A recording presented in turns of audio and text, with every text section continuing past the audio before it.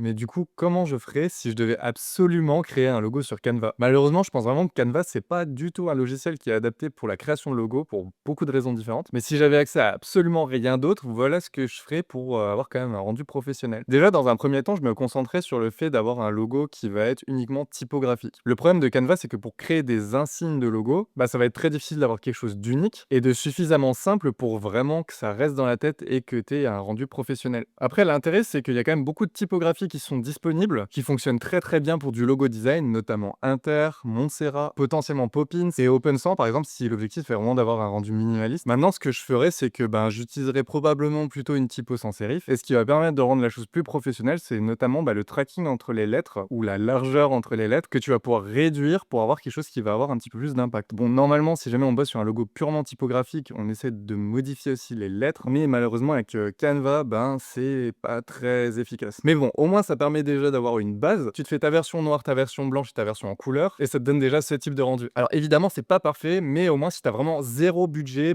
tu pars quand même avec quelque chose qui est relativement propre et qui va pouvoir être facilement rebrandé derrière si jamais tu bosses avec un graphiste professionnel.